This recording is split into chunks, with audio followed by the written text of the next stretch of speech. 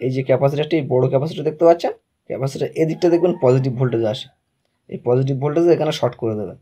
ঠিক আছে, এখান থেকে এখানে আছে এটা কানেকশানটা, এই যে ফিল্টার ক্যাপাসিটারটি আছে, ক্যাপাসিটার এদিকটা এই যে ভিতরের দিকটা এখানটায় জাম্পার করে দেবেন। করে দিলে দেখবেন প্রবলেমটা পুরো সলভ হয়ে যাচ্ছে। আমিও জাম্পার করে নিচ্ছি, করে নিয়ে আপনাদের দেখাচ্ছি। নমস্কার বন্ধুরা, দেখুন আমার হাতে একটি মোবাইল, এটা হলো পোকো মোবাইল। ঠিক আছে, এই যে cover, back cover, Poco M2 এটা।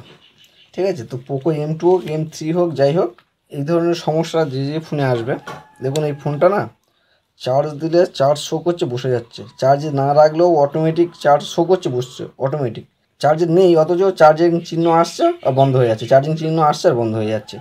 তো এই ধরনের যদি কোনো সমস্যা আসে, আমি বিভিন্নভাবে এটা ট্রাই করেছি কিন্তু এসবে হবে না। এবার মাঝে মধ্যে অনেকবার ট্রাই করলে কী হয়, কখনো চার্জিং হয়ে যাচ্ছে কিন্তু সেটটি বসে যাচ্ছে।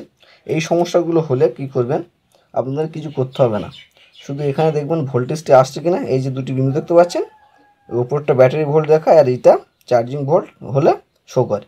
এই দু জায়গায় মিটার দিয়ে চেক করে দেখবেন যে চার্জিং অবস্থায় এই যে দ্বিতীয় নিচের দিকে যে বিন্দুটি দেখতে পাচ্ছেন, এই যে এখানে এই বিন্দুতে ভোল্টেজ আসছে কিনা, তারা জানবেন চার্জিং ভোল্ট ঠিক আসছে।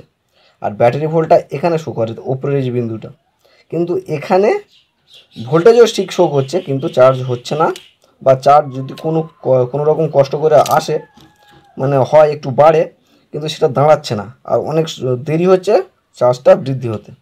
তো আমরা কি করব, আমরা এখানে না এই সিলটি তুলে নেব, নিয়ে এখানে একটা ফিউজ টাইপের থাকে, আমি এর আগে অন্য একটা ভিডিওতে আপনাদের দেখিয়েছিলাম।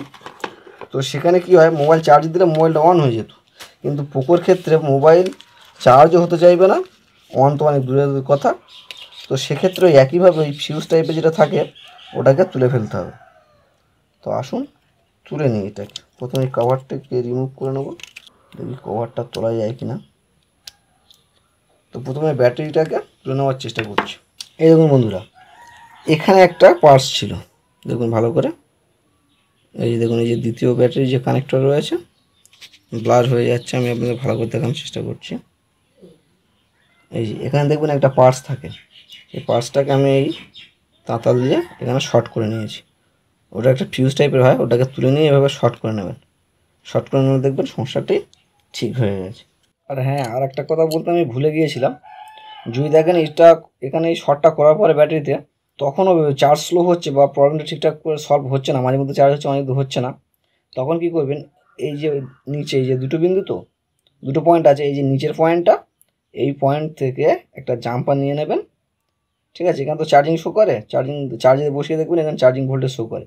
তো এখান থেকে জাম্পার নিয়ে কী করবেন, নিচে বোর্ডে চলে আসবেন, এসে এখানে দেখুন এই যে ক্যাপাসিটারটি বড় ক্যাপাসিটার দেখতে পাচ্ছেন, ক্যাপাসিটার এদিকটা দেখবেন পজিটিভ ভোল্টেজ আসে, এই পজিটিভ ভোল্টেজ এখানে শর্ট করে দেবেন। ঠিক আছে, এখান থেকে এখানে আছে এটা কানেকশানটা, এই যে ফিল্টার ক্যাপাসিটারটি আছে, ক্যাপাসিটার এদিকটা এই যে ভিতরের দিকটা এখানটায় জাম্পার করে দেবেন। করে দিলে দেখবেন প্রবলেমটা পুরো সলভ হয়ে যাচ্ছে। আমিও জাম্পার করে নিচ্ছি, করে নিয়ে আপনাদের দেখাচ্ছি। এই জাম্পারটা এইভাবে করলে হয়ে যাবে, যেহেতু আমার প্রবলেমটা দেখছি সলভ হয়ে গেছে, সেই জন্য বেকার কেনার জাম্পার করব।